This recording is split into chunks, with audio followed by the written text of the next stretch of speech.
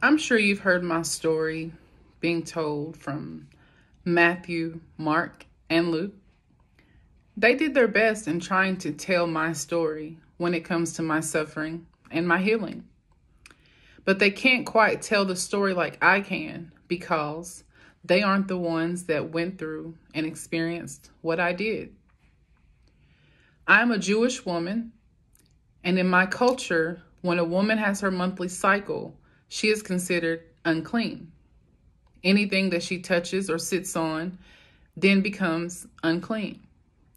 Anyone that she touches or anyone that touches her is considered unclean until evening. For most women, their cycle lasts up to 7 days. But for me, I was in my 12th year of bleeding. I had been outcast from my family, from my community, and I was not permitted to enter the temple to have the priests to pray for me.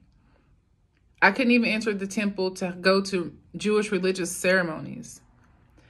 The bleeding had caused me much suffering, not just physically, but emotionally, mentally. I mean, just think about it. I couldn't even hug my family.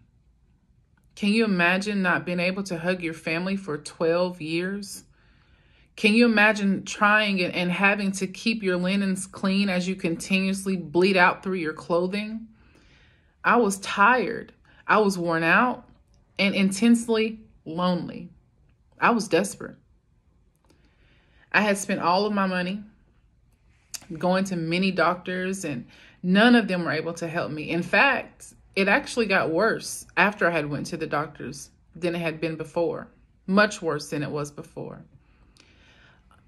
Although I had been a castaway, I could still hear the people talking in the streets as they walked by. And I would hear all these different stories about a man named Jesus and how he was going about healing people and how he was casting out spirits. And I heard about how he made the deaf man to speak and the blind man to see and the lame to walk. And I'm thinking, surely he can heal me. That's the thoughts that rushed through my mind.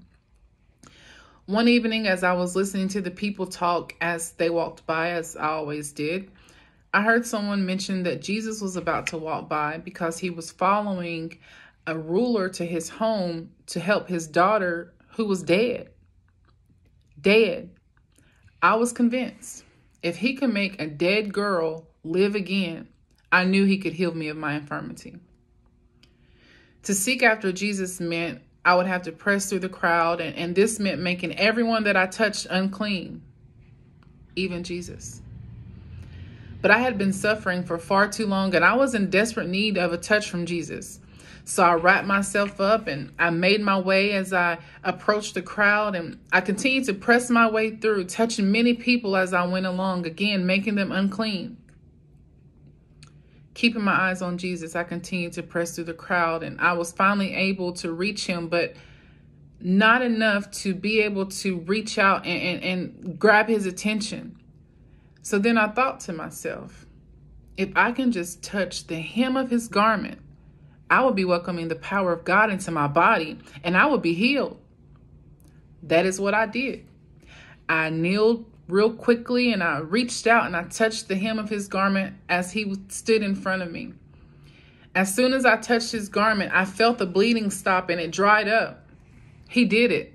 Jesus did what the doctors could not do for 12 years in a matter of seconds. When this happened, Jesus came to a halt and he turned and he asked, "Who touched me?" Frightened, I didn't say a word because I knew that in Jewish customs for an unclean woman to touch a priest meant being stoned. And here it was, I had touched the high priest. I listened as the disciples was telling Jesus, there's many people in this crowd. Any number of people could have touched you. But I could tell by the look in his face that he knew that the healing virtue had came from his body and that whoever had touched him on purpose and with purpose. Scared, I went and I knelt before his feet. And I told him that I was the one who had touched him. And I told him why I had touched him. He then looked at me and he helped me up off the ground, and he told me that my faith had made me whole and to go in peace and to suffer no more.